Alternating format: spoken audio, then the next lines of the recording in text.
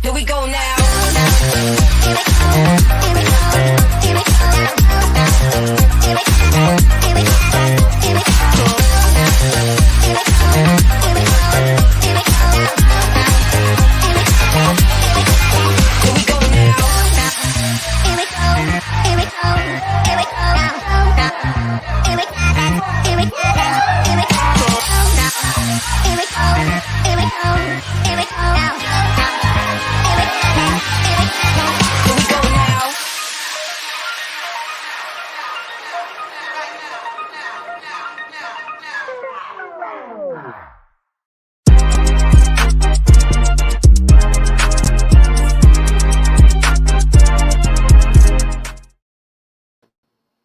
Hello, Legalites! I am Ange Medina and you are watching Legal Life, the boldest legal magazine show online. Dito lang sa The Bolder Channel.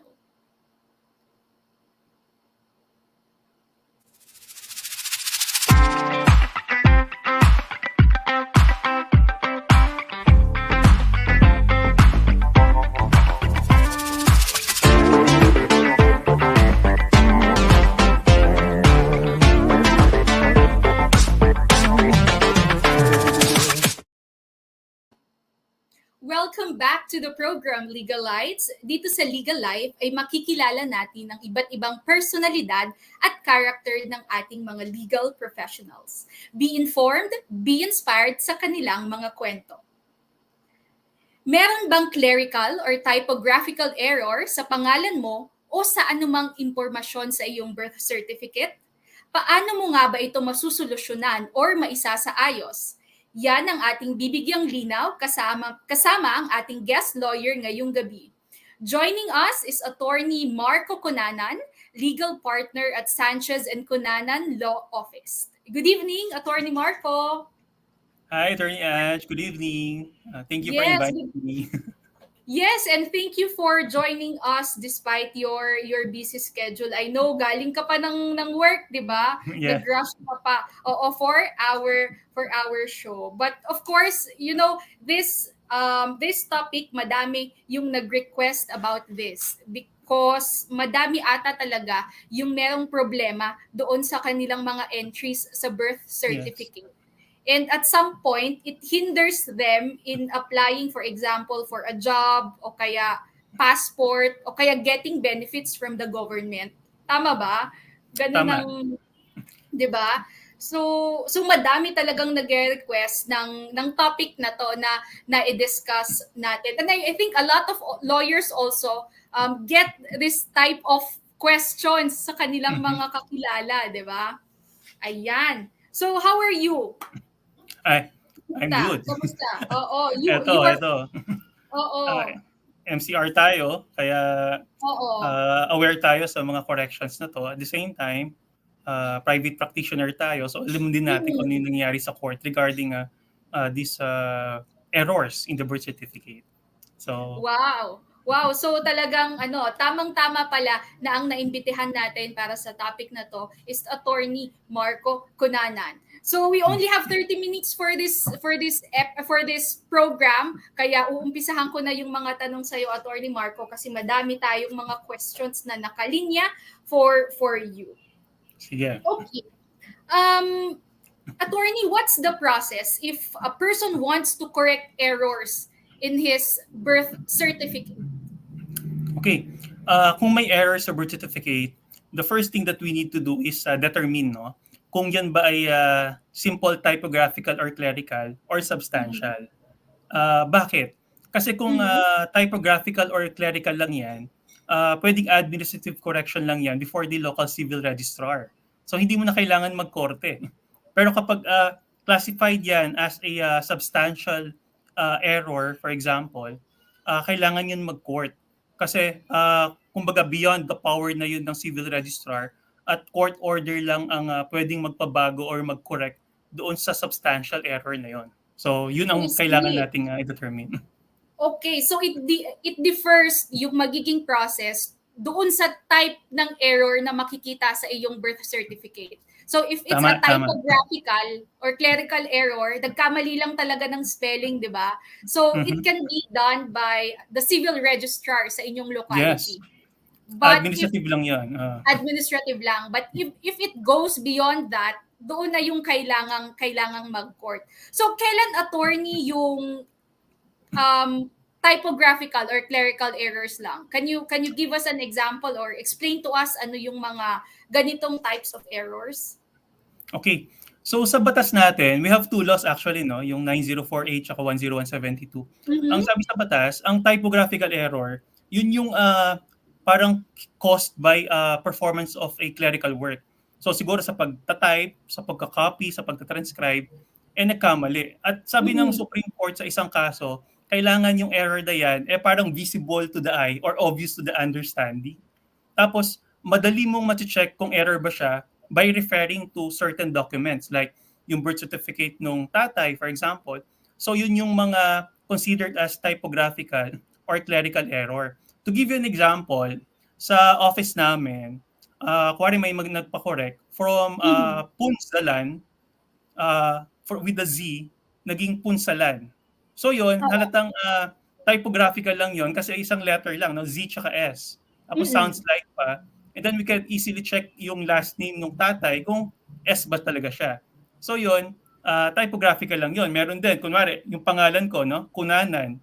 Aha. Cunanan. Kapag Yes. sa birth certificate ko, nakita ko na Cunanan yan with CO, then considered din siya as typographical or clerical. Sa first name naman, maaari ding magka clerical error dyan. Like yung isa namin kinorek, yung Josefina niya, PH. Pero ang ginagamit niya is F. So yun, pwedeng i-correct from PH, yung Josefina, to Josefina with an F. Tapos sa batas din, sakop ng clerical error, hindi lang yung pangalan or first name or last name ng isang Mhm. tao. Covered din yung covered na rin ngayon for administrative proceedings yung day at saka month ng birth date. So, for example, pinanganak yung isang tao August 1, no? 1990. Ang Mhm. totoong birthday pala niya is July 2, 1990. Pwede 'yun. Yes. Pwede na rin Oo. i-correct 'yun sa bagong batas. At Okay. pwede na rin yung gender. Okay. Considered rin siya as clerical error kung imbis na na-X is yung female, Oo, kasi babae oo. naman talaga siya, na-X Oo. yung male. So pwede na Mhm. 'yun para clerical error para maging makorek siya into female. So, yun yung mga considered na clerical at saka typographical. Okay, i-clear ko lang, Attorney Cunanan, no? So when we talk about error sa iyong birth certificate, you can change either yung sa pangalan mo. So pwedeng yung first name mo, pwede din yung iyong surname or yung spelling Yes. ng iyong middle name. At kasi yung Yeah. kadalasan ang nasa isip nila, yung mga error sa birth certificates would be yung pangalan lang, spelling ng pangalan. But there are also errors doon sa ibang entries. Like for example, the spelling of the name of your father, yung iyong gender, kailan ka pinanganak. So if these are mere typographical errors talaga, and clerical errors, pwede silang palitan administratively by just going doon sa inyong local civil registrar. Tama? Yes, tama 'yon. So, yung kasi yung ibang yung misconception, no, akala nila first name lang or mali lang yung spelling sa first name, yun lang at kapag last name na automatic court na. Hindi kasi may mga Supreme Court decisions na rin tayo na kahit yung mali sa spelling sa last name pwede na rin siyang administrative with one exception, yung case ni Tan versus Republic. Yun kasi from Tan space ko ginawang Mhm. Tan. So sabi ng Supreme Court yan, hindi na clerical yan, substantial na Uh-huh. yan. So yun, iko-court mo yun. Pero yung mga mali yung spelling, yung Bartolome na merong H sa birth certificate pero dapat wala, tatanggalin lang yung H, tapos kahit last name yun, pwede yun. Pwede for administrative correction. Okay. And you also said that yung gender, kunwari ang nalagyan ng X would be yung male siya, but female talaga siya. Is this allowable in all instances? Kasi yung iba pwedeng magsabi, di ba? Because of gender preference na, okay, pinanganak akong lalaki, but I feel like I'm a female. So nagpunta siya sa kanilang local civil registrar saying that I have the right to choose my gender. So gusto ko female na. Is that allowed under our law for that type of change sa ating birth certificate? Unfortunately, hindi. Kasi yung correction lang natin na considered as clerical ay typographical, yun talaga dapat biologically born ka, for example, as a female, no? Pero ang na-X is yung male. In Oo, fact, oo. in this administrative correction, one of the requirements is actually a certification from a government physician na hindi ka nag-undergo ng transplant or any alteration sa iyong private organ. Requirement yun. Wala yun, hindi magagrant yung administrative correction. So, kailangan biologically born ka. Yeah, administrative correction for the change of gender. Tama? Yes, So for there's the need change for of a gender. certification.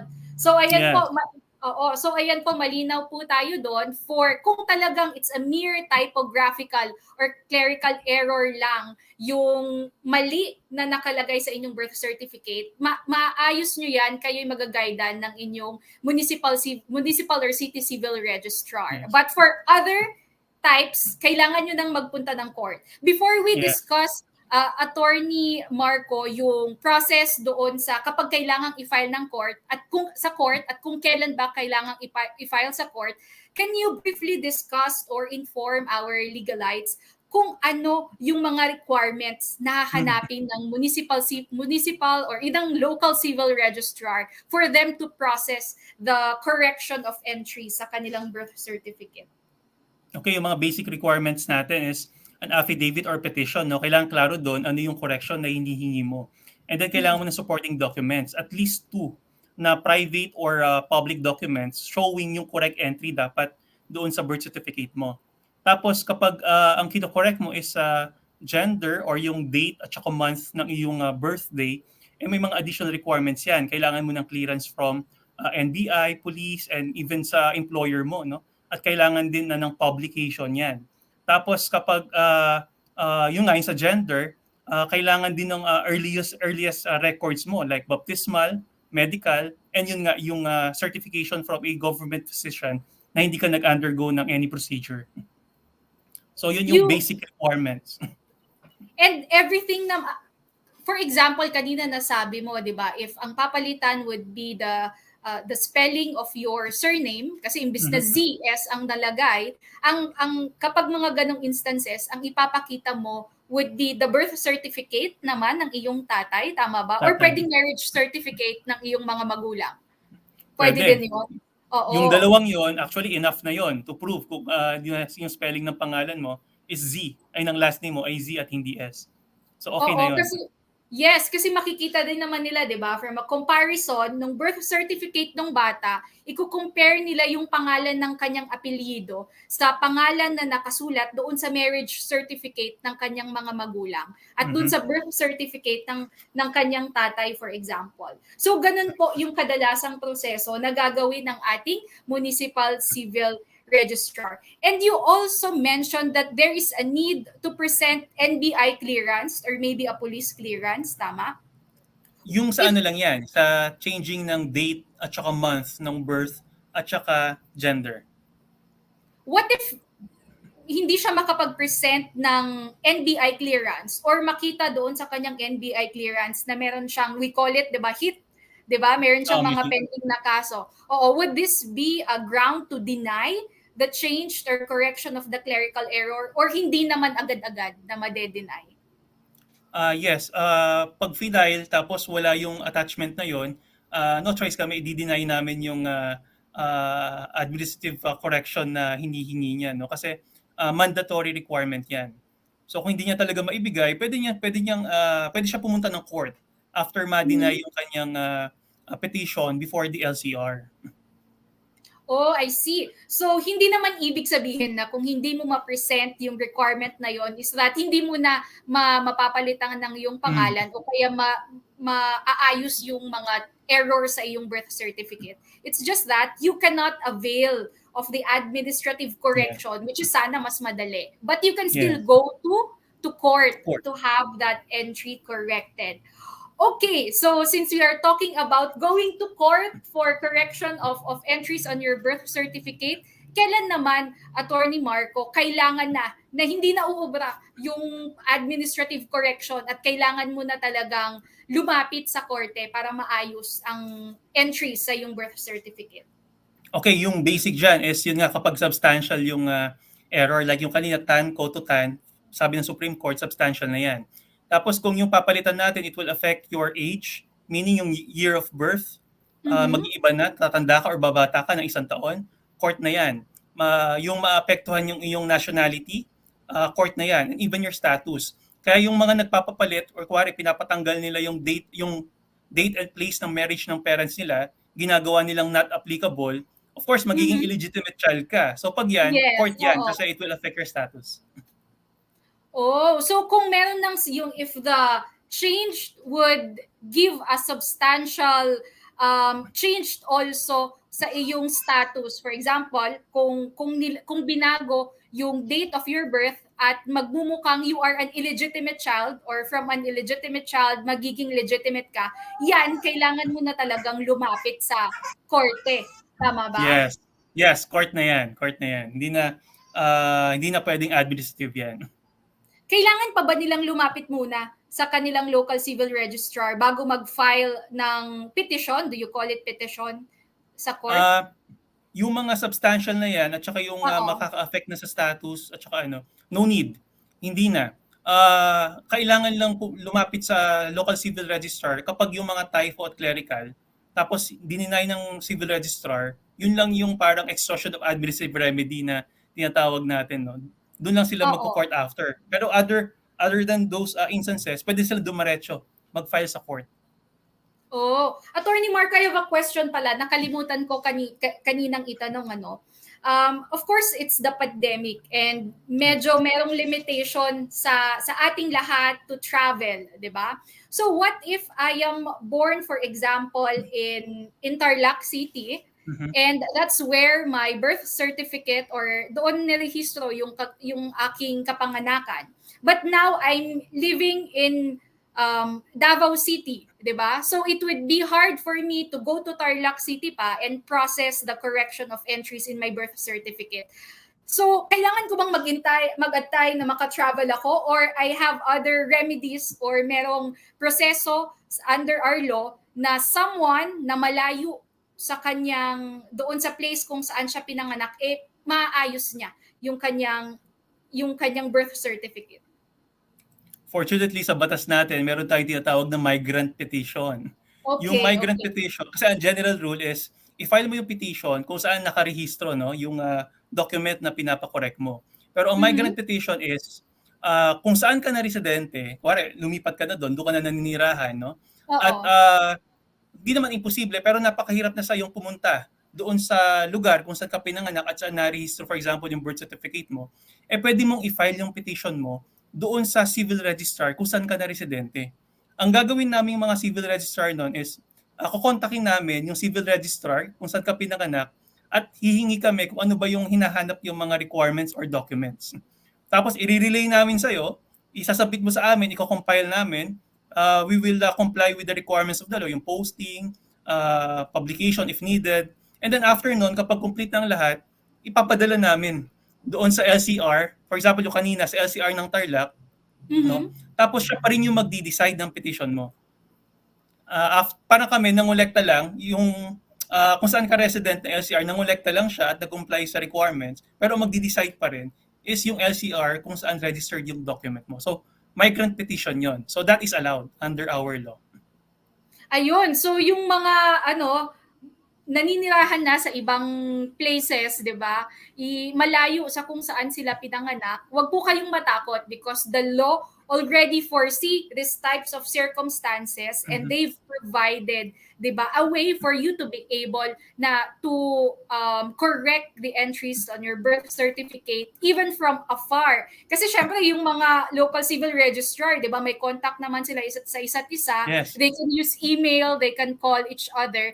And centralized naman na, 'di ba, yung ating database ng mga ng civil register. Tama ba, Attorney Marco? Yung sa database is siguro separate yung database ni PSA. Pero kami, Oo. meron kaming mga network, no? Alam namin ang cellphone numbers actually ng mga ibang civil registrar. So, medyo madali ang communication namin. Pero ang migrant petition, gagamitin lang siya kapag sobrang layo talaga.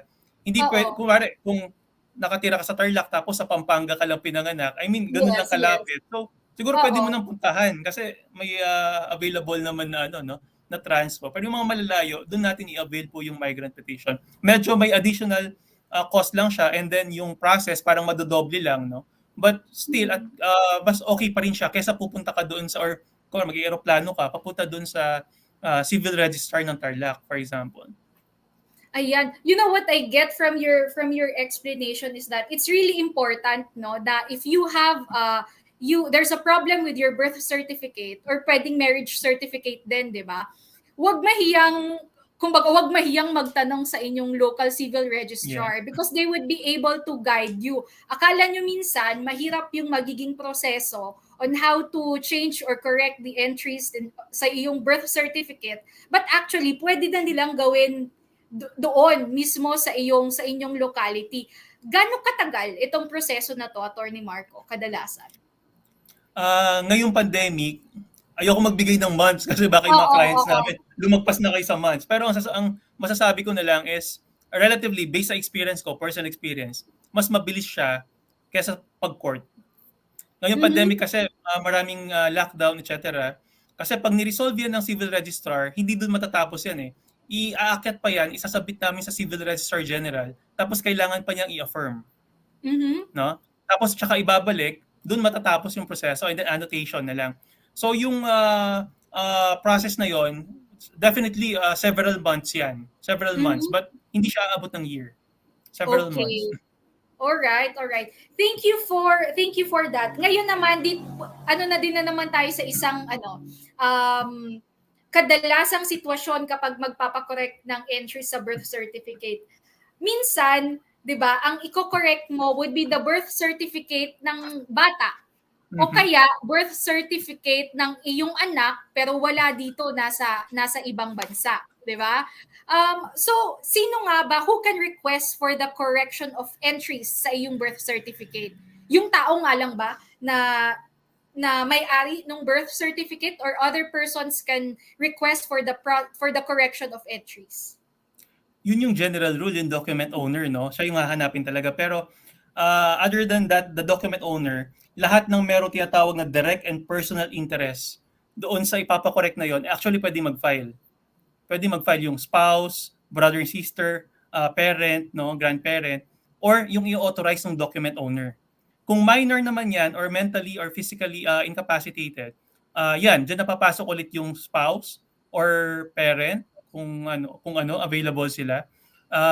Tapos yung authorized by law like guardian, yan, pwede yung mga yan. Pero generally, ang ina-allow talaga namin, document owner o yung i-authorize niya. So Yan. anong kailangan nilang i-present in order sa kanilang local civil registrar in order to prove that I am authorized to request for the correction of entries nitong aking kapatid, for example, or nitong aking anak na hindi na minor? Sa batas, ang sabi lang dyan, kailangan authorized by the document owner. So kahit authorization letter lang yan. Paminsan may SPA pa nga, so that would be better. Okay, oo nga. So, yung iba na talagang gusto nyo before kayo pumunta sa inyong local civil registrar at alam nyo na hindi nyo naman birth certificate yung inyong aayusin, mag-prepare na kayo beforehand ng authorization letter pa, pero mahin nyo na. O kaya better SPA, para wala nang tanong-tanong. Tsaka notarized na, di ba? Para ma-process nyo na agad or ma-request nyo na the day na inyong pagpunta sa inyong local civil registrar. Hindi na pabalik-balik, di ba? So thank you, Attorney Cunanan, for that clarification na pwede pala on behalf of someone you can process the correction as long as you are duly authorized by that person. Okay, ngayon naman tapos na tayo sa usapang correction of entries sa iyong birth certificate. How about for instances na hindi na lang typographical or clerical error but you really want to change your name that is reflected sa iyong birth certificate? Is this also allowed under the law na magpalit ka ng iyong pangalan? Yes. Pwede ka magpalit ng iyong pangalan. Actually, administrative lang yan, no? Change of first name. Yan may limitation yan. First name. Kasi pag isinama mo na yung last name, hindi na administrative yan. Court na yan. Yan po ay total change, hindi lang siya typographical error. So, kapag CFN ang tawag namin dyan, kapag CFN, pwede ka pumunta sa local civil registrar mo at mag-file din ng petition. So, i-clear lang first name. So for example po ako, Ange Medina. So if I want to change the name Ange, 'di ba? Yun yung aking first name. Pwede. Administrative change of name also. So pupunta lang ako sa aking local civil registrar. But can I do this gusto ko lang palitan ng aking pangalan, or may mga rason or acceptable reasons lang or allowable reasons kung kailan ka lang pwedeng magpalit ng iyong pangalan? Actually, may 5. May 5. Bilis ako lang enumerate. For example, yung first name mo ridiculous. No? May kapangalan siyang private organ, parang gano'n. Pwede yan. Or it was tainted with dishonor. Pwede yan. Yun yung second mo. Or extremely difficult to write or pronounce. Maniwala kayo, may nirehistro kami mga birth certificate, ang pangalan ng bata, puro consonants. Tapos WX, Y na pinaghalo-halo lang. So, pag lumaki yung batang yon, pwede siya mag-file actually ng change of first name kung nahihirapan siya. Pang-apat, ito yung pinaka-common, is kapag habitually and continuously na ginagamit mo na yung pangalan na yon. Like for example, sa baptismal mo, school records mo, ang pangalan mo, Maximiano. And then pagtingin mo sa birth certificate mo, Max lang. So, pwede mong ipa-change yon para mag-conform dun sa dati mo pang ginagamit na Maximiano. And lastly, to avoid confusion. Ang example namin dito is, for example, may dalawang magkapatid na lalaki. So, parehas sila ng parents. Ang pangalan nila, parehas na Mark. Tapos, iba yung birthday nila. So, nakakalito. Sinong Mark yan? Di ba? Pero iba rin yung birth order nila. So, dalawang tao yan na magkapatid na parehas ang Mark ang pangalan. Yung isang Mark, sige na, ako na mag-sacrifice. Papalitan ko na yung pangalan ko para wala nang lituan. So yun yung mga allowed na grounds under the law for administrative correction.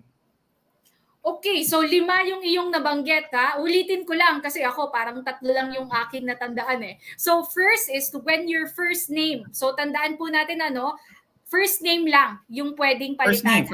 First name. Yes. So when your name is ridiculous. Ridiculous. Okay. Do you have examples of ridiculous name based on your Ayoko magbanggit experience. ng name. Baka Oh, sige. para sa akin ridiculous, para sa iba pala hindi. Baka mainsulto sila. Pero yung mga Okay. tunog, ano talaga, tunog na nakakatawa or nakakainis, may mga ganung pangalan eh.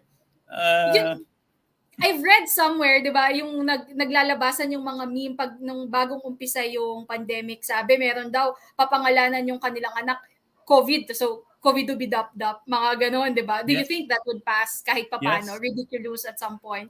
Pwede, 'di Kung sa ba? akin ipa-file yan, iga-grant ko. Iga-grant mo, yes. Iga-grant ko yan. And what's the number 2 reason? Tainted with dishonor. Tainted with dishonor. So Kunwari, for a ipinangalan ka sa isang tao na hindi ganun ka ganda yung image niya sa history, for example. oo, oo. So, pwede mong papalitan kasi ayaw mong ma-associate sa taong yon. So, Yes. ayun. Huwag na tayong magbanggit ng Huwag na tayong pangalan. mag-name. Oo, hindi na tayo magbabanggit ng pangalan. Okay, and number 3, ano yung isa if you are Yung habitually, tama? extremely difficult to write or pronounce. Yes, yung Before, may student ako, ang pangalan niya Schwarzenegger, na wrong wow. spelling. Uh-huh. So, hindi pa ako LCR noon. Pero sabi ko, hindi ko Uh-huh. pwedeng ipa-correct yan para at least itama mo yung spelling or kung yun ba talaga or palitan mo. So, option yon. Kung ganun yung pangalan niya o yung nga sinabi ko, puro consonants, no? Ang hirap bigkasin kasi walang vowels. Then pag tumanda yung bata, pwede siyang mag-CFN or change of first name. Oo nga, ano, parang ang hirap din yun pag yung pangalan mo parang kang nagsosolve ng algebra, 'di ba? Yeah. XYZ, 'di ba? And whatsoever. I would also file for a change of first name kung ganon. And yung sinabi mong madalas na dahilan ng pagpapalit ng first name, and that would Yung be habitual and continuous use, no? Mula bata ka, yun yung ginagamit mo. Tapos nabigla ka na lang na kumuha ka ng PSA birth certificate mo, iba pala yung pangalan mo sa birth certificate. So yes, yan, yun ang common. we always hear this, 'di ba? Yung kumbaga mula elementary siya hanggang college sa kanyang mga diploma, iba yung pangalan na ginagamit niya. At nung panahong kailangan niyang kumuha siya ng birth certificate, biglang nalaman niya na iba pala yung spelling ng kanyang pangalan. Okay, so this can be done administratively. Lapit lang Yes. sa inyong local civil registrar. So, At madali yung kaya. sa habitual and continuous, if I may yung sa habitual and continuous, may mga instances na tinatandem yan dun sa change ng gender. Like sa birth certificate mo, nakalagay F, kaya ang pangalan mo ay Maria. Pero ang ginamit mo talaga, for example, si Federico, kasi lalaki ka. Oo. So pwede yung from Maria to Federico. No? Kasi simula nung bata ka, ang ginagamit mo na Federico kasi lalaki ka eh. Oo. So, yun, may ginrant akong gano'n, in-affirm naman ng Civil Registrar General. So, lumusot. Kasi So napatunayan naman na lalaki siya.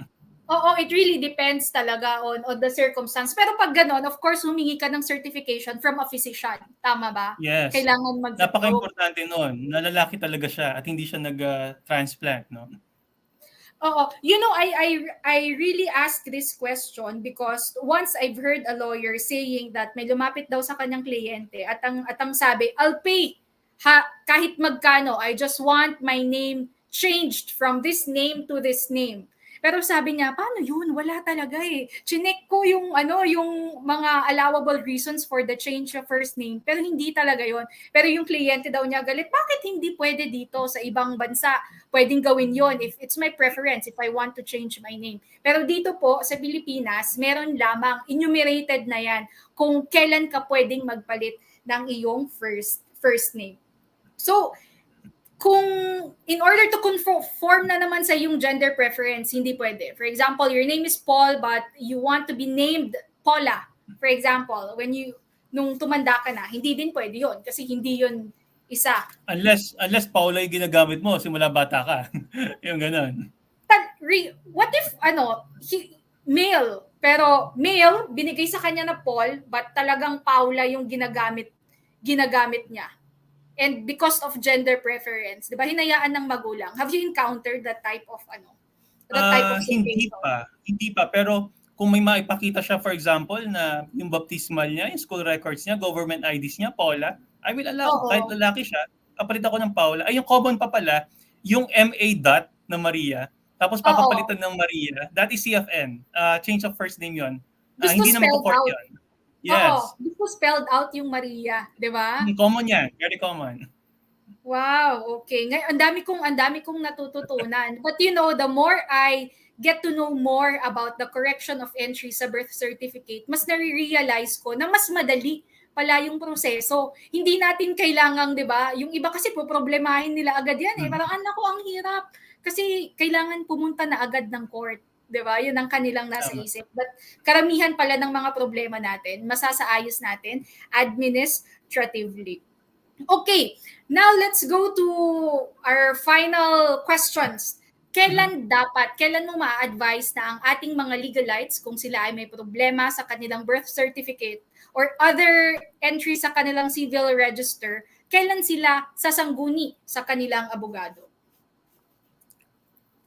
Pag na-discover nyo, as soon as ma-discover nyo yung mga errors, magtanong na kayo sa abogado. Kung nahiya kayo sa abogado, pwede rin kayong magtanong sa inyong mga civil registrar. Kasi alam din nila kung ano yung sakop ng kanilang power, no, kanilang authority, at ano ang hindi. So wag na po natin patagalin kasi yung iba, naghahabol ng oras, no? Yung magbo-board exam na lang, doon pa lang sila magpa-file, tapos hahabulin, masistress pa sila. Or kapag kukuha na lang ng passport, doon magpa-file, wag po ganon. Dapat as soon as ma-discover nyo, ipakorek na po natin yan para agad nang maayos, no? Yung mali doon sa inyong birth certificate.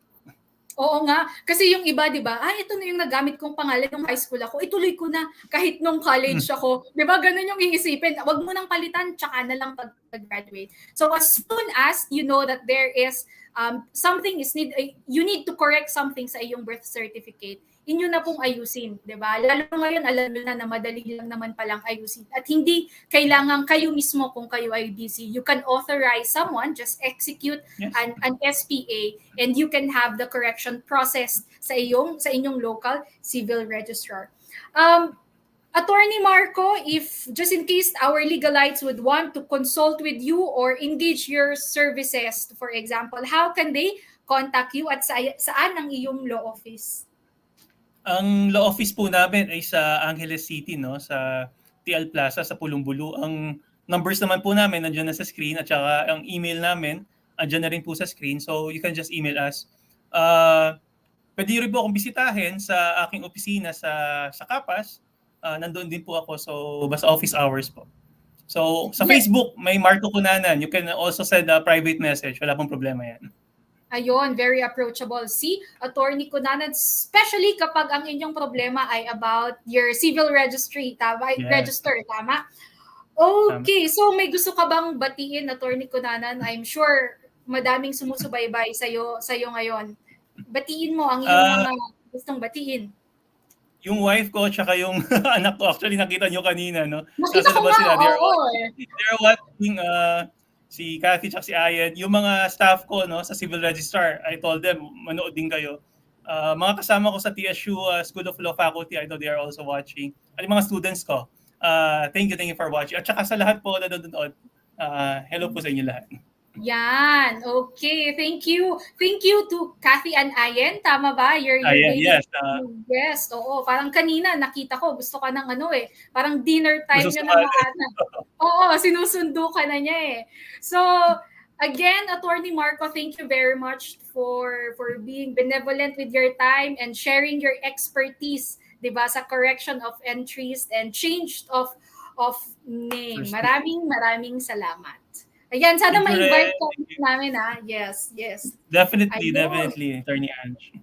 Yes, thank you. So thanks again, Attorney Marco, for joining us in this episode. Sigurado na marami sa ating mga legalites ang natuto na naman sa topic na iyong diniscuss ngayong gabi. So Legal Life will be right back. Don't go away. Thank you, Marco.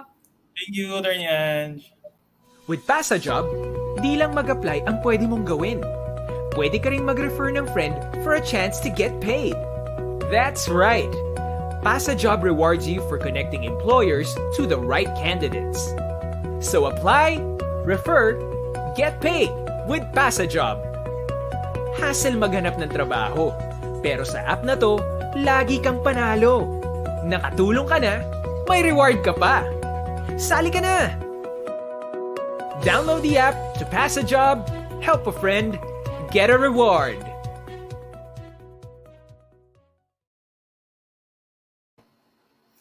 Hello again. You're still watching Legal Life, but before we continue, let us greet our loyal viewers who are watching us now.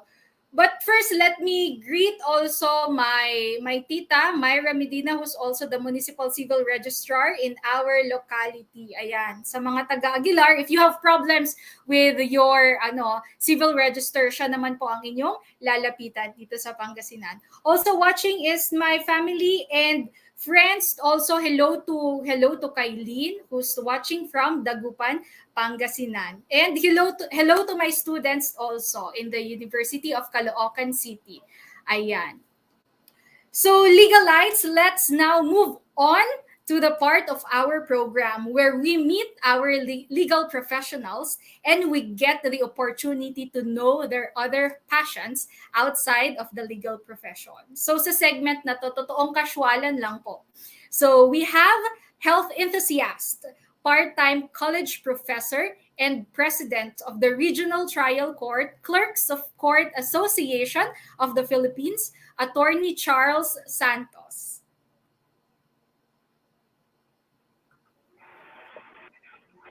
Hello, Attorney Charles.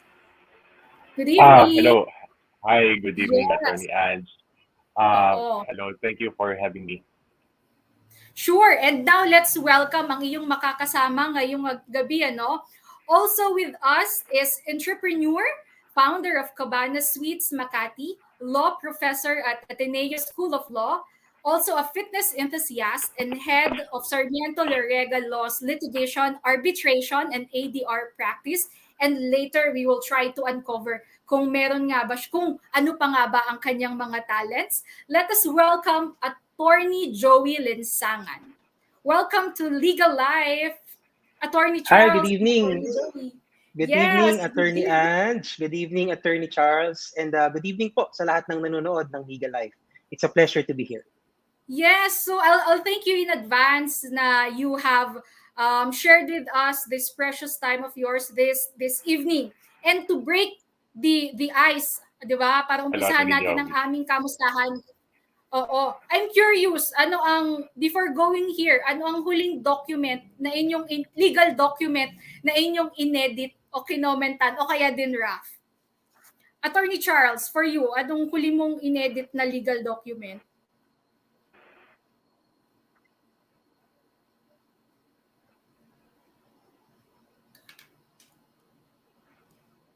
Ayan, I think medyo intermittent ang connection ni Attorney Charles.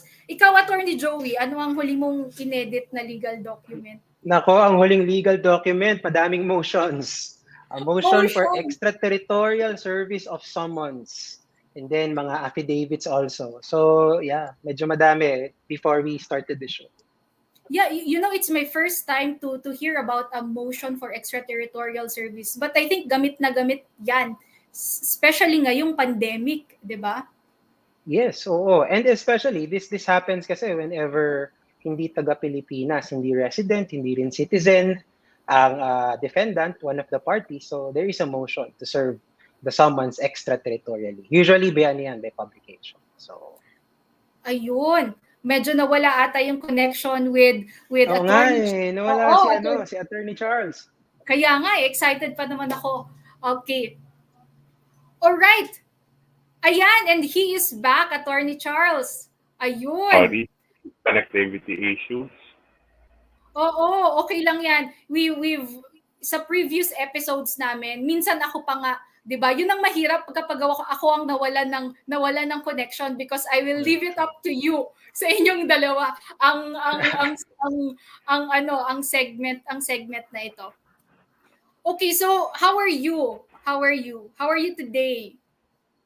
Madami bang trabaho? Nag-open na yung mga courts, ano? Attorney Charles? Right. Every day busy sa Office of the Clerk of Court ako in Manila. Hello, yes. 70 courts. So, and we're always open to the public even during the pandemic. So, lalo pag work from home, busy as always. Oo, yes. Oo nga naman. Kasi kahit na pandemic sabihin natin, start ano pa din 'di ba? Everyone already adapted doon sa Mm, way how we do it, 'di ba? true. Minsan nung umpisa parang ang hirap because it's through emails. Kung dati ifa-file mo lang, now everything you need to scan and file it Yeah. beforehand. But at the end of the day, you still need to reproduce it and file it kapag nag-open na sila. Okay. That's Um, true. Attorney Charles, um, you've informed me that you've briefly explained to me your journey sa iyong weight loss, di ba? And it's something for me, knowing about that, I'm really proud of you. But can you share to our legalites, share to me and Attorney Joey, your weight loss journey and your motivation that push you to undergo this weight transformation? All right. I'll share a pic. Here, if you could Oh, see it. wow. This was me in 2017. Right. So I was 275 pounds back then.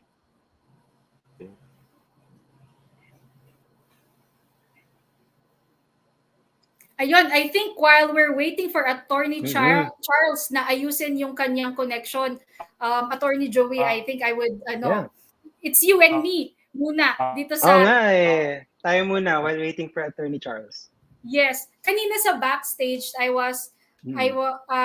I told you na ako'y humahanga, especially sa mga those who are handling litigation, arbitration, and alternative dispute resolution, because I know how rigorous the practice is, Yes. di ba? Mm-mm. And kung yung expectation from us sa ating time and doon sa quality ng output na Yeah. ating ibibigay. And aside from that, I read your profile. You are an entrepreneur, you are a fitness enthusiast, and you are also a professor, 'di ba? Yes. So, what a typical day is like for you? And can you say that despite being busy and all of this obligation, you still have work-life balance? Yeah, I think yun nga, as you said, the keyword is work-life balance. And Yes, yes. it's always something that people strive for.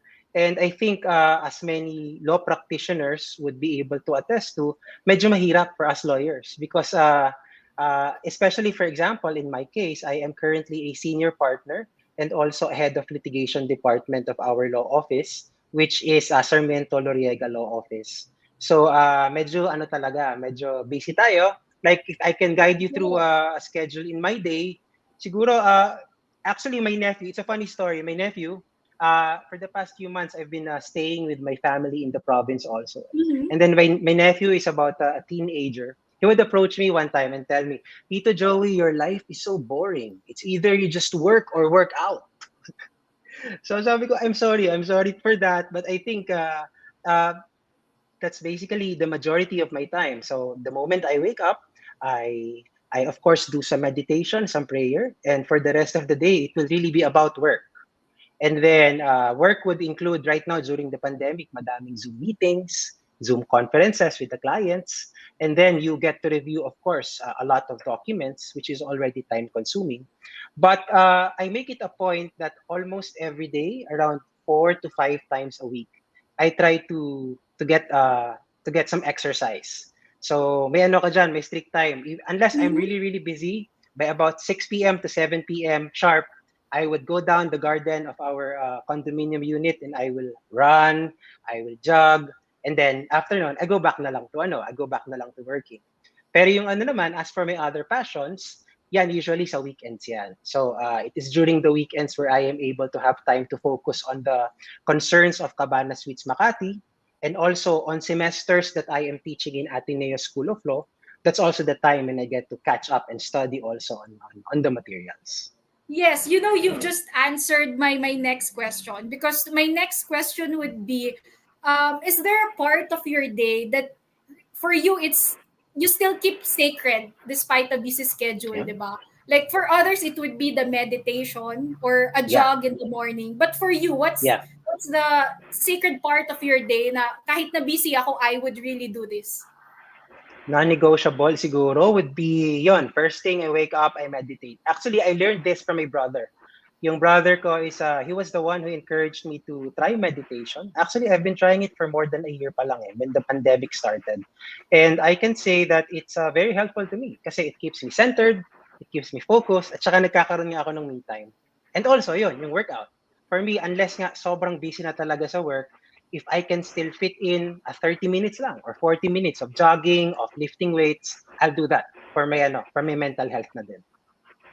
Oh, that's good to know no, about meditation. How about you, Attorney Charles? Do you meditate also? Kasi I hear this a lot from lawyer friends that they really do meditate nowadays. And I've I tried it also. Mhm. I haven't tried it. I haven't tried, but I'm really interested. Oo. Yeah, I've heard that talaga yung iba they would really message me and tell me parang you try to meditate. And I've tried the first time I tried meditating, papasok diyan yung sa kumbaga Yeah. silence. And then may papasok na may i-review kang isang memorandum. What I do, I would have a paper sa tabi ko, tapos ilalagay ko doon memorandum. Kasi I feel like when I write something, I would be able to put it off muna sa aking mind kasi nandiyan ka naman sa papel hindi kita makakalimutan. So give me this time, this alone time, babalikan kita. And it helps pag sinulat ko na sa papel, mawawala, pwede ko siyang iwalain muna. Wow, so that's good. So meditation and 3 or 4 times a week you should have your exercise, diba? Those are very important yan. No? Okay. How about you, Attorney Charles? Naputol kanina We excited kami ni Attorney Joey hearing about your fitness journey. So yun, nasanay ako sa ganung weight. So 200, 250 pounds. So I was always obese. So until both of my parents suffered from stroke, but they are fine now. So it was an awakening for me then, 2017. How can I be able to pull off, diba? Kung nandun yung gene pool. So I had to do something. So noon, wala akong birthdays, wala akong Christmas, nasa gym ako. So I tried to watch what I put in my body. And then, of course, to be honest, ang goal lang natin noon was the weight loss.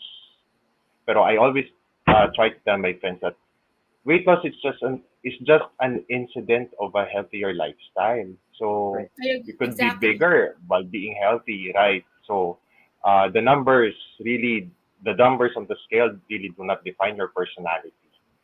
So habang tumagal, naka-adjust, but it's blood, sweat, tears, name it. So napakahirap. Ayun, I know mahirap yung weight loss journey. It would be really hard. But how about yung pag-maintain? Kasi yung iba, they could have a drastic weight loss, but sasabihin nila, the hardest part really would be maintaining the weight that you've already reached. Nahihirapan ka din ba doon, Attorney Charles? Right. Oo naman. Always nag-slide back ako. Lalo ako, parang I lost a total of 115 pounds. I'm 5'10" and I'm 160 pounds now, and I've been trying to maintain it for a year. So, mahirap lahat ng temptations. However, basta laging wag magugutom. Do not starve yourself. Just eat the right food, and then it's okay to cheat once in a while. So, yung deprivation factor kasi doon tayo nagkakaroon ng rebound. So, Ayun, oo nga. So, hindi naman kailangan gutumin yung iyong sarili, di ba? But you need to be really conscious of what you take in, yung food na you take in, so that you maintain also your weight. So, let me go on sa aking next question. Attorney Charles, sa'yo ko pa rin ibabato to. Apart from being a lawyer, what are you most passionate about? ayun, tulad nun, trying to maintain a healthy lifestyle. Always try to say that weight loss, yun nga, is not an end goal. I also love cooking. I prepare my own food. Now I'm trying baking. So lahat ng low carb. Para naman enjoy ko what other people enjoy. So I also teach pamantasan in Southern Manila. I also study Masters of Law. So my plate is really full, pero tulad nga nila, Attorney Joey, or tulad mo, Attorney Ange, kung talagang may gusto, kung may passion, mahahanapan niya ng paraan. I'm also maintaining 2 pets, isang domestic cat, and then isang Persian. Kaya parang feeling ko hindi ako makapag-meditate. Ayun. So, per parent. Oh, I see. I narinig ko kanina ha, you said you love to bake and you love to cook. And napag-usapan natin backstage that magkalapit lang yung ating office. So expect baka one of these days I would be texting you like, did you bake today or did you prepare your food? Andito lang ako. Oo. Kailangan mo lang i-bridge ang UN Avenue at malapit ka na sa akin. Pwede kong pa-pick up Totoo yan. yung niluto mo, 'di ba? How about you, Attorney Joey? What are you Yes. most passionate about? Alam mo, sayang, unlike Attorney Charles, I don't know how to cook. I don't know. I wish I do. And I wish I had pets right now, pero unfortunately, I don't have the time. But in terms of passion, I think, yun nga, as I said earlier, I try to do as much as I can with life, not only related to work, but also other aspects. So for me, easily, I can say one of my passions really is teaching. Yun nga, I'm currently a professor in Ateneo School of Law in International Law. So I see that as an avenue for me to sort of give back din to my alma mater, to help also, and also to help and to help mold the future lawyers that are going to be in our country. So that's one passion. Another passion is yun nga, yung real estate. From the very one of the reasons why I was able to have the opportunity to co-found Cabana Suites Makati was because from the very start, even at such a young age, I've always been very interested in real estate. Kasi I myself, when I was a student, I was a dormer, I was a renter also before I had my own place. So lagi kong naiisip how I wish there's this nice co-living space that is already fully furnished, that is already fully fitted, na ang dadalhin mo na lang yung mga gamit mo, personal belongings. So that's one of the major concepts and selling points of Cabana Suites Makati. On top, in addition to that, yun nga, as I said earlier also, health and fitness, very important yun. Not only I think to be physically healthy, but also to be emotionally and to be mentally healthy as well. Yes. I was about to ask you what's your inspiration behind yung Cabana Suites, no? Because when I was browsing earlier sa Facebook, I looked into Cabana Suites. And then the vibe that I got where looking at your rooms would be yung mga traveling days natin before the pandemic. Because I would usually go, for example, countries within Southeast Asia o kaya sa Europe. And they have these hostels, di ba? Yung you can share it with other travelers. Kasi I wouldn't really book a luxurious hotel but I'd rather book it parang a dorm and then you would share it with fellow travelers and you get to know them. And that's the vibe that I get doon sa iyong business, sa iyong real estate business. So I was expecting, sabi ko, traveler ata si Attorney Joey, and baka this may be his inspiration na gusto niyang, kasi I thought about that also sa Pilipinas ba may ganito? 'Di ba? Parang walang ganito ata, you need to book a hotel, pero wala yung talagang hostel na pwedeng mag-share yung mga guests. But your inspiration is it's really for a dorm. Parang ganon. Yun talaga yung una yung na-visualize, or for those who are in a work from home arrangement, or naisip nyo lang yun because of the pandemic?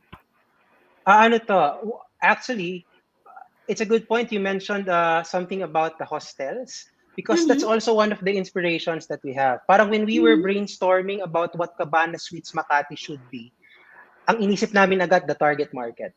Parang kasi the Cabana Suites Makati are located very near lang BGC in Makati, in Guadalupe area, but very near BGC. So our target market really are young urban professionals and students, young couples, basically young and dynamic individuals. So when we were in the process of designing the space, I myself am not a professional designer, but I was speaking with my partners and I informed them na parang sabi ko, I think it will be very nice if there is an image of Cabana Suites that's very young, very trendy, very Yes, exactly. industrial. Mhm. So yun yung ano, I think that's the vibe we were going for, and hopefully mukha namang the tenants are satisfied and actually proud that they are staying in Cabana Suites Makati. Wow! Ayun. How about you, Attorney Charles? Si Attorney Joey meron siyang Cabana Suites. And I also browsed sa iyong Instagram account and I saw that um, you are advertising because of your weight loss journey. I think you are advertising a lot of products right now also, 'di ba? So yun, are you passionate about what one thing that you're also passionate about, I would assume. Ah, actually, hindi. Nahihiya ako. Nahihiya ka. Bakit? You look good No, sa iyong mga I mean, sa iyong mga I picture. mean, di ba? Pero yon, like during my journey, nakatulong ng malaki the sponsorships that I get, especially from healthy drinks, from food delivery service. So, yon, through those platforms din kasi we get to share our passion na, that weight loss is not uh, it's not about really weight loss. It's about healthy living. Yeah. So it's about loving yourself, um, to be confident. Yeah. Regardless of your age, regardless of the profession. Uh, so outside our work, may buhay na Mm. we could concentrate more to enrich ourselves. So yon, thankful naman. So, eto, gustong malaman ng ating ng ating director what are the three events daw that made impact on who you are today? Attorney Joey, I'll start with you. Just Three name events. three events that made the biggest impact on who you are today. Siguro for me personally, the first would be becoming a lawyer. That's one of the big events siguro that kasi once you become a lawyer, it really defines who you are.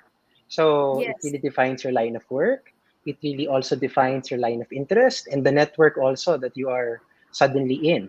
So yun. So I think that's one of the major events that shaped who I am today. Also siguro yung pandemic. Recently, di Mhm. ba? I mean, for good or for bad, we can always say that or we can all agree that the pandemic has changed all of us. And hopefully, with problems come opportunities. So, like for example, yung problem natin on connectivity, 'di ba? Mhm. Na-solve natin right now, 'di ba? We're having this Facebook a show. So, I think with a lot of problems come opportunities. It really depends lang on how we are going to address a particular problem. So, yun yung mga nakikita kong major events that have shaped the way I am. I really agree, especially doon sa number one, that being a lawyer really changed or made a big impact sa ating buhay, no? When I was reviewing for the bar, doon sa huling araw namin ng bar review, one of the lecturers, umiiyak siya. Sabi niya, I'm very excited for you because I know how your lives would change. Especially doon sa mga taga-probinsya talaga that they've left everything doon sa province and yung Yeah. mga parents nila they sold the lands, they sold 'di ba things that are precious to them in order for their sons and daughters to pursue yung studies of the law. So nung una, sabi ko, mababago nga ba talaga? Di ba? Kasi ang iniisip mo, bar exam eh. But Yeah. afterwards, really, it changed. Hindi lang yung tawag nila sa'yo, di ba? Kung dati Yeah. Ange lang, ngayon attorney Ange, hindi lang yung nagbago. But also, it really changed a lot. Kasi hindi lang ikaw, you're earning well now, and hindi lang naman ikaw yung naapektuhan, but also the people that are closest to you, 'di ba? Madami ka ding nabibigyan ng trabaho because you became a lawyer. And the pandemic nga, oo nga, lahat tayo nabago ang buhay. Nakasave tayo ng Yeah. oras sa traffic. Di Nakasave. ba? Nakasave ng Oo. oras sa traffic. Yeah. Totally That's agree. really true. Ayun. How about you, Attorney Charles? Ano ang I, events that made the I, biggest I, impact? I join you and Attorney Joey. Siyempre, yung passing the bar and pandemic.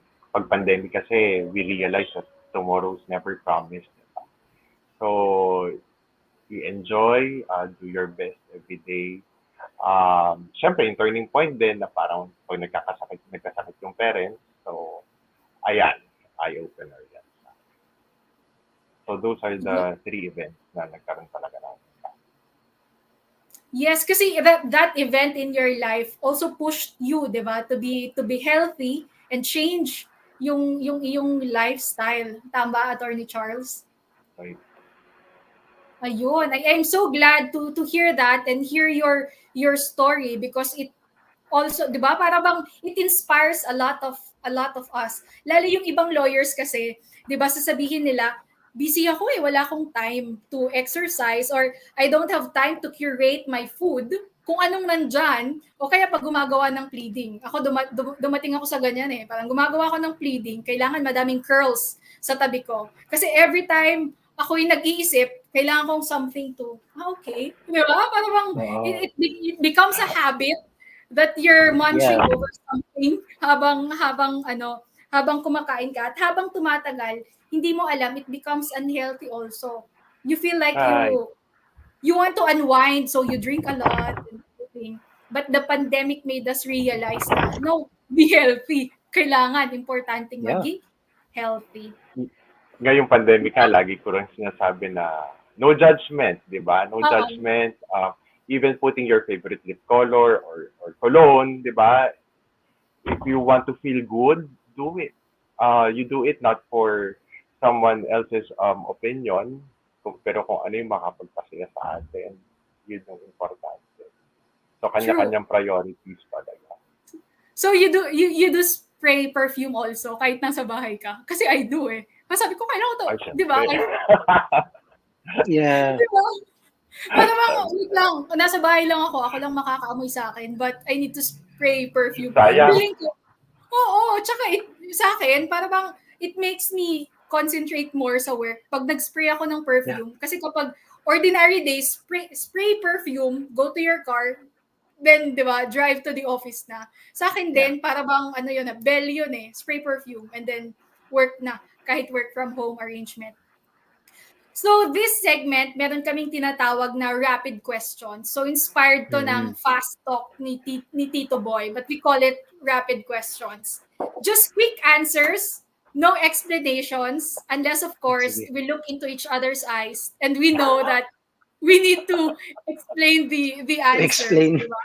Oo. Minsan kasi hindi mo mapigilang mag-explain talaga kahit under the rule, no explanations So, I think this is the way na we will get to know each other talaga. So, are you ready, Attorney Charles, Attorney Joey? Ready. Ayun. So, what are you tired of hearing about? Attorney Joey?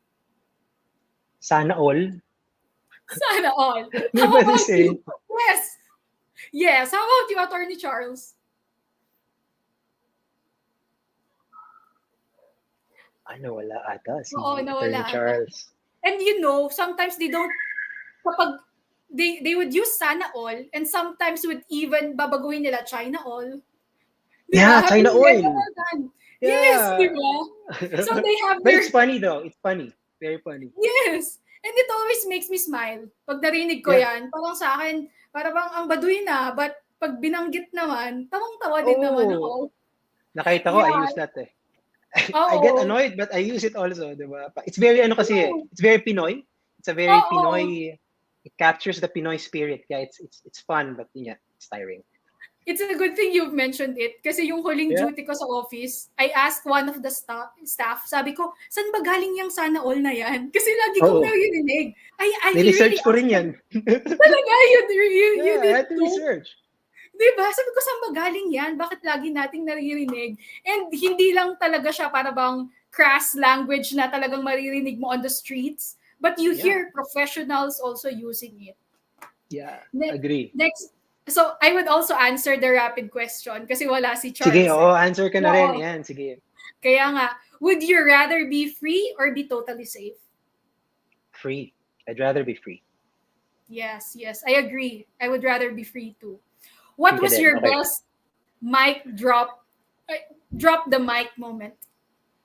Drop the mic moment? For me, every time I win a case, every time I win a difficult case, It's a drop the mic moment for me.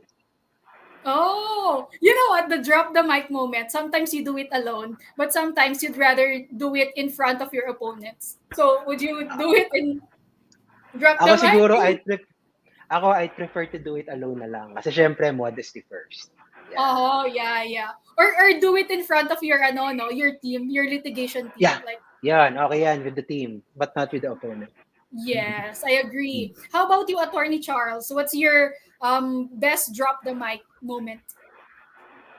Syempre, nung nag-post ako unang-una ng before and after photo, transformation Oh, yeah. photo, with the caption, "Who you?" Who you? Bakit? May mga Ayun ka eh. ba? Oo. Meron bang ibang hindi naniwala na kaya mong mag-lose ng weight nung time na yon? Oo, kasi puro plano rin naman tayo, di ba, before. Oo. So, Oo. yung unang legit na before and after, yan na, who you na.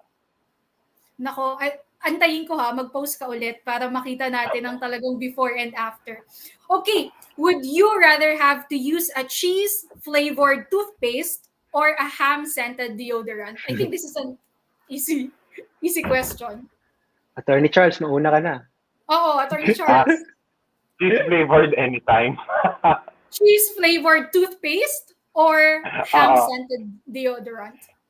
Cheese-flavored Cheese-flavored. toothpaste. Uh-huh. How about you, Attorney Joey?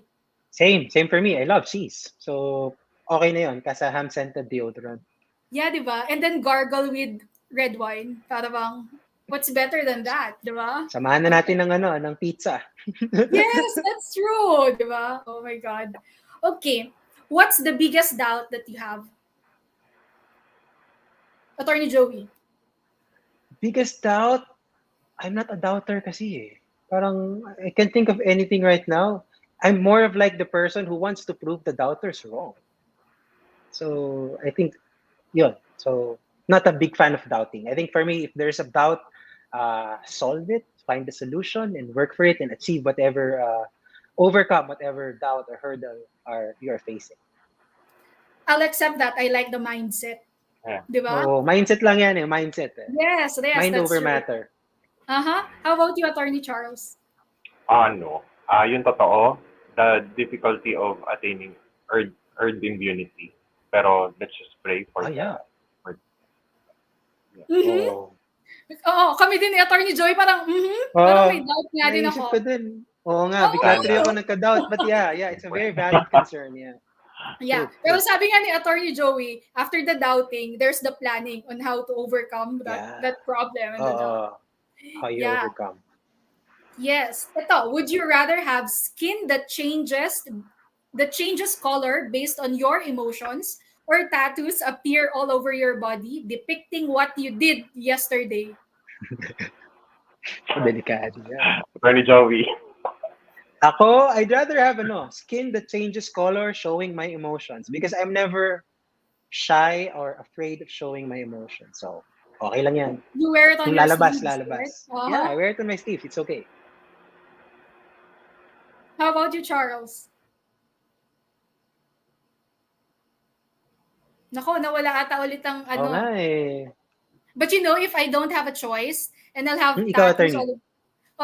I'd rather wear yung covered yung buong katawan mo para hindi din makita yung tattoos, di ba? I'll just leave the eye.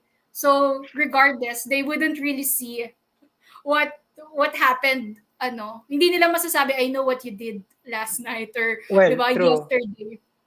Yun lang, you're gonna have to cover your face also with tattoos. Kaya nga eh, oo nga eh. Next, eto, what's your all-time favorite song? Attorney Charles, baka may all-time favorite song. Oo nga. Charles, what's your all-time favorite song? He's back. Oo nga, mahina ata eh. To me, he looks like he's preparing to sing it. Oo nga eh, yeah. Oo. What's your all-time Baka favorite magulat song? na lang tayo. Kaya nga eh.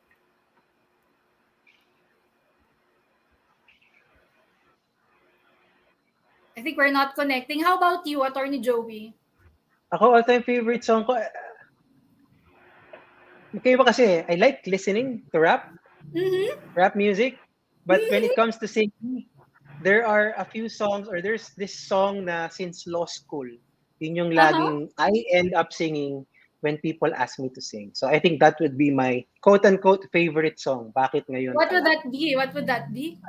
Bakit ngayon ka lang? Kasi law school pa lang. Law school pa lang.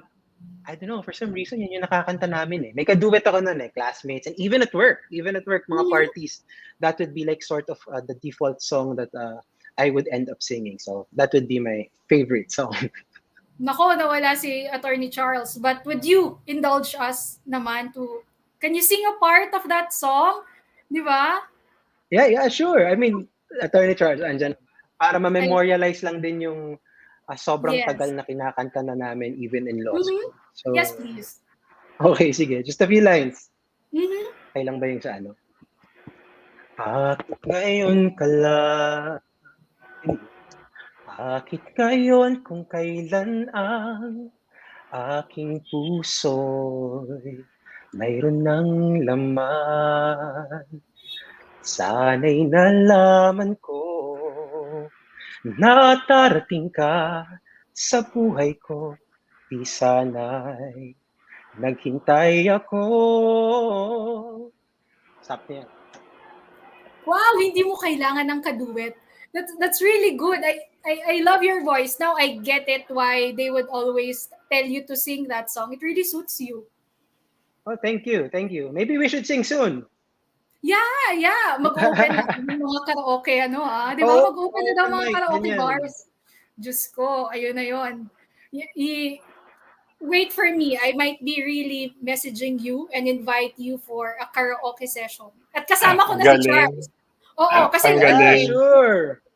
magkatabi lang yung aming office. How about you, Okay Charles? tayo dyan. What's your all-time favorite song? And syempre, hindi ka dapat patalo. You also give us a sample of your Yeah, favorite nice. song. May connectivity issues eh. Ibibigay ko na kay Attorney Joey yung Connectivity issues. Okay, but what's your all-time favorite song? all-time favorite song siguro one song even before yung kay James Taylor na If I Keep On Talking Now, I'd only start Wow. repeating myself and all I can say is Kaya, I again, love you. mm, yes. I'm very happy to know that someone loves James Taylor also. Kasi every time I play it, for example, sa car, o kaya when I play it, yung iba, parang hindi sila, mas gusto na nila yung pop music and everything. But Well, true. it's Yeah. good to know someone who really loves James Taylor too. Lalo yung kanyang Fire and Rain, no? If you're familiar with it. It's really also, it's a good song also. Ayan. So ako hindi na, pass na ako kasi host. Oo nga, ikaw, Ange. You should tell us your No. favorite song also. Hindi, okay na. Ano lang naman ang tawag dito, nag-enter lang ako kanina, I was answering the question because Charles, nawala sa connectivity. Now, okay, what's the best bad decision that you've made in this life? Best but bad decision that you've made in this life? Charles. Ako,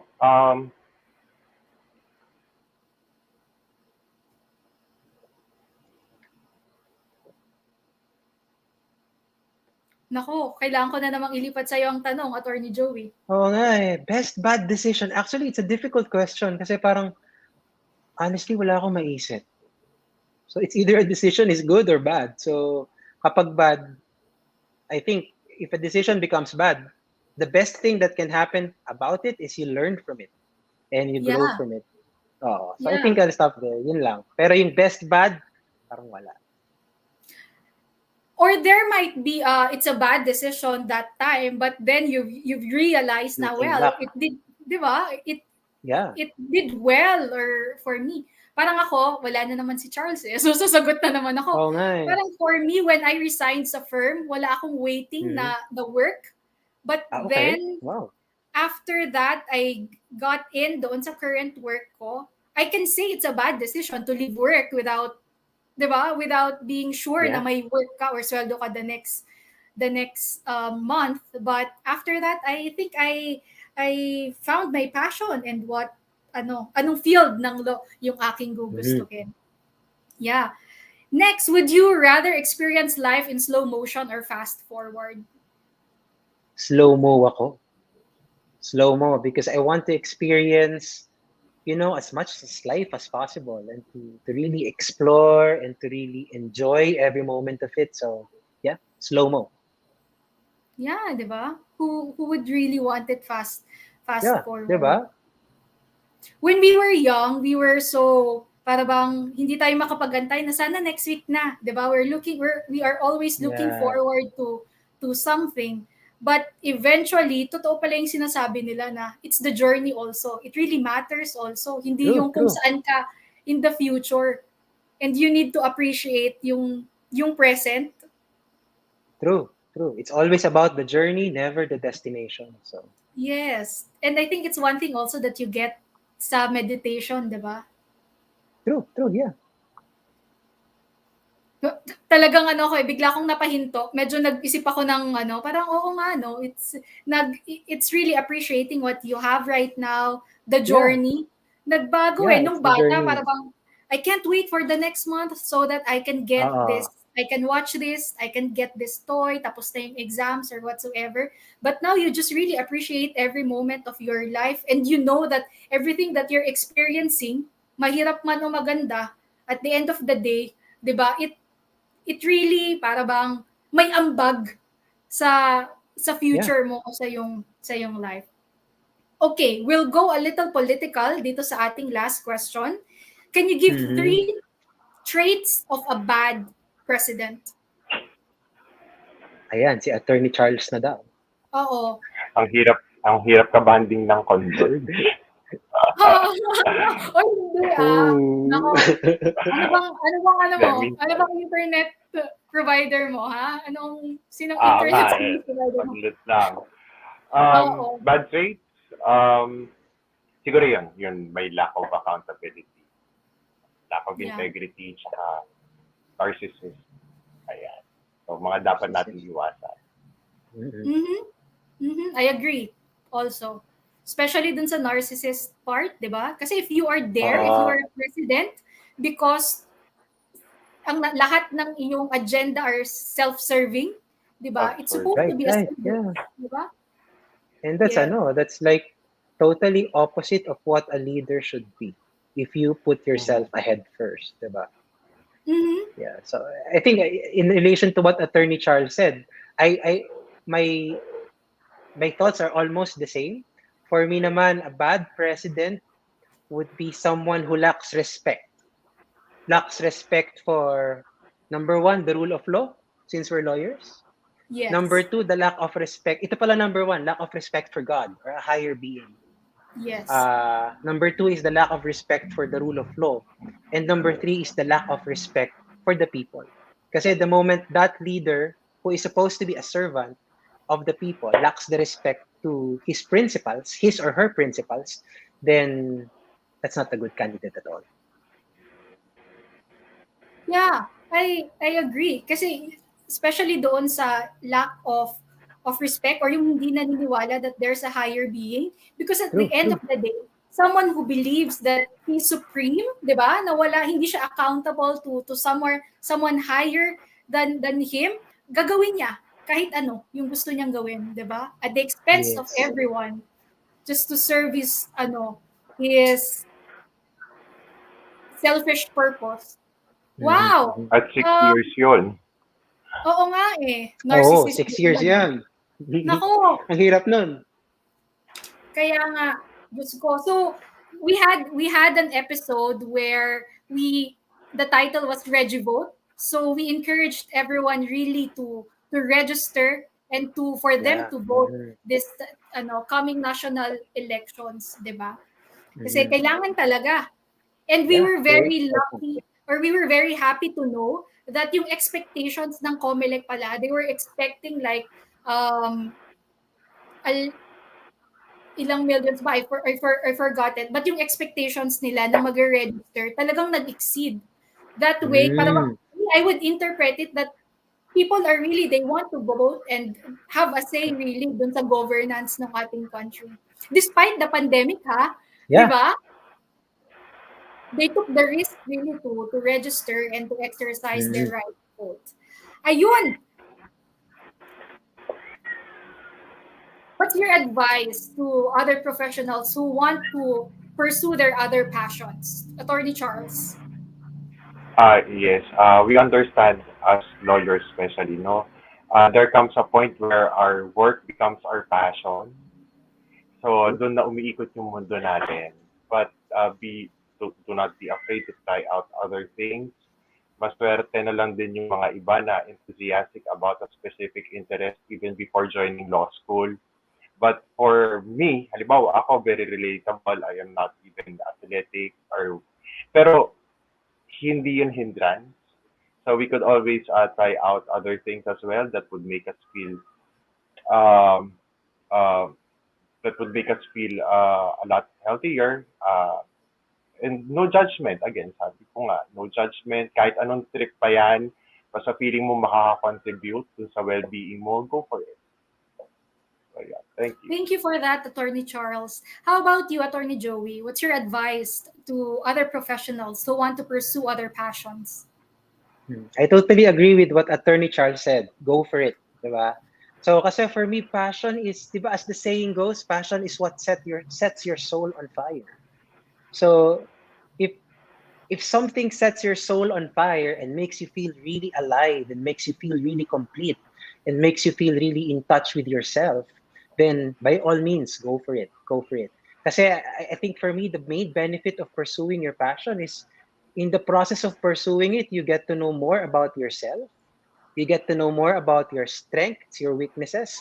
And in doing so, with more knowledge of yourself, you're able to help more people because you are very clear on what you are and what you want. So, advice ko to everyone, whatever your passion is, basta legal, basta within the bounds of Yes, law, go for it. Go for it. yes. Oo, may ano yun, may caveat doon. Buti na May habol, caveat ano? tayo doon. Oo. Tama yun. Whatever your passion Mabuti is, na yung basta malinaw. legal.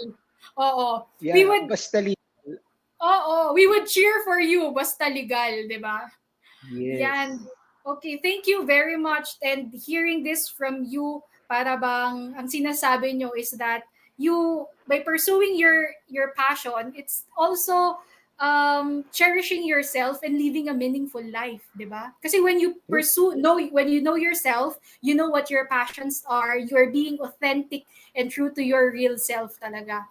Ayun, maraming salamat sa Attorney Joey and Attorney Charles for sa pagpapaunlak ng aming imbitasyon for you to share your time with us tonight. And can you please greet kung yung inyong mga, baka meron kayong mga kaibigan o kapamilyang nanonood, can you greet them and invite our legalites to your social if it's open to the public?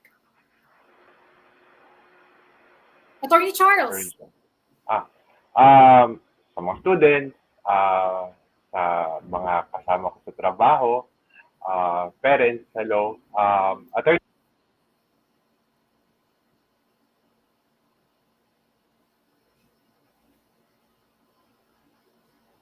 Ayun, medyo nawala ulit ata. We'll get back to you, Attorney Charles. Attorney Joey, how about you? Greetings. Oh, well, I would like to greet siguro my colleagues and partners in our law firm, Sarmiento Loriega Law Firm.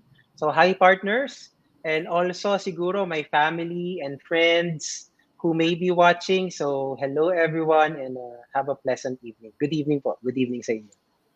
Ayun. And your nephew, di ba? Now he knows that of you're course. having fun also. My nephew who always makes fun of me, but he's a really cool guy, so we get along. Yan, hello. Ayan, Attorney Charles, are you back? Naku, wala pa din.